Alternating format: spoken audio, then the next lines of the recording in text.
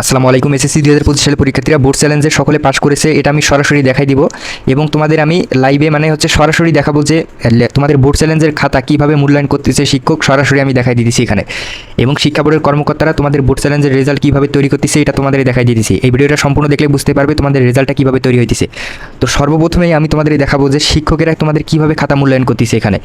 তো প্রতি বছরই কিন্তু বোর্ড চ্যালেঞ্জের খাতা শুধু হচ্ছে নাম্বারটা করে যোগ করতো। দেখো আমি খাতায় একটা এক্সাম্পল দেখাই দিতেছি। দেখো খাতায় যে এই নাম্বারগুলো শুধু যোগ করে দেখতো, মানে ভিতরের কী লিখছে এগুলো কিন্তু দেখতো না।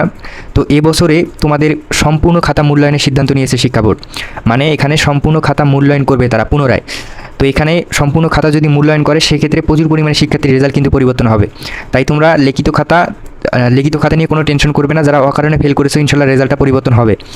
এবং এখানে দেখো কোন কোন শিক্ষার্থী পাস করবে এটা আরেকবার জানাই দিয়েছি। এখানে যারা সেট কোড একবারে লেখে নাই বা ভরাট করে নাই, এক্ষেত্রে তাদের সরাসরি কিন্তু পাস করে দেওয়া হয়েছে।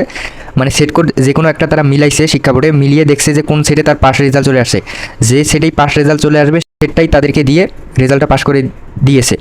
এবং দেখো যারা ক্রমিক নাম্বার, এখানে অত্যন্ত গুরুত্বপূর্ণ একটা বিষয়, দেখো তোমরা যারা ফেল করেছো পাস করানোর বড় একটা সুযোগ কিন্তু করে দিয়েছে শিক্ষা বোর্ড। এখানে দেখো তোমাদের ক্রমিক নাম্বারের মাধ্যমে সকল শিক্ষার্থীকে মূল্যায়ন করবে।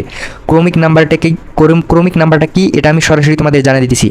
তোমরা যে পরীক্ষাটা দিয়েছো তোমাদের কিন্তু সাইন নেওয়া হয়েছে, মানে পরীক্ষার খাতা যখন দিয়েছে তখন খাতার লেখা অবস্থায় তোমাদের কিন্তু শিক্ষকেরা কিন্তু সাইন নেয়, মানে তোমাদের একটা করে স্বাক্ষর নেয় এবং তোমাদের খাতার যে নাম্বারটা সেই নাম্বারটা কিন্তু তারা তুলেছে তোমাদের, এটাকে বলে ক্রমিক নাম্বার।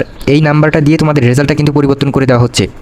এই ক্রমিক নাম্বার নিয়ে তোমাদের রেজাল্টে রোল নাম্বার, রেজিস্ট্রেশন নাম্বার যদি দুটাই ভুল থাকে সেক্ষেত্রে লাস্ট অপশন হচ্ছে ক্রমিক নাম্বার। এই ক্রমিক নাম্বার নিয়ে তোমাদের রেজাল্টটা কিন্তু পরিবর্তন করে দেওয়া হয়েছে। এবং যাদের লিখিত পরীক্ষায় 1 বা 2 নাম্বার শর্ট পাবা তোমাদের এখানে অবশ্যই গ্রেস নাম্বার রেখে দিয়েছে শিক্ষা বোর্ড।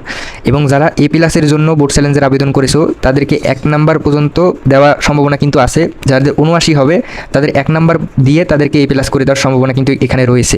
কিন্তু যারা ফেল করেছে তাদের ক্ষেত্রে বড় একটা সুখবর আছে, তোমরা 1 থেকে 2 নাম্বার অবশ্যই গ্রেস নাম্বার পাবে। তো এই নিয়ে কোনো চিন্তা করবে না এবং সকল তথ্য আমরা জানাই দিতেছি। যখনই আপডেট আসতেছে আমরা কিন্তু ভিডিও আকারে তোমাদের জানাই দিচ্ছি। এই আপডেটগুলো আমাদের কাছে চলে আসছিল আজকে, তাই আমরা তোমাদেরকে জানাই দিলাম। তাই তোমরা অবশ্যই সাবস্ক্রাইব করে রাখবে এবং তোমাদের মূল্যবান মতামতটি কমেন্ট করবে। আমরা তোমাদের মতামতের ভিত্তিতে সেই ভিডিওগুলো দেওয়ার চেষ্টা করব। তাই তোমরা অবশ্যই সাবস্ক্রাইব করে তোমাদের মূল্যবান মতামতটি কমেন্ট করে যাবে।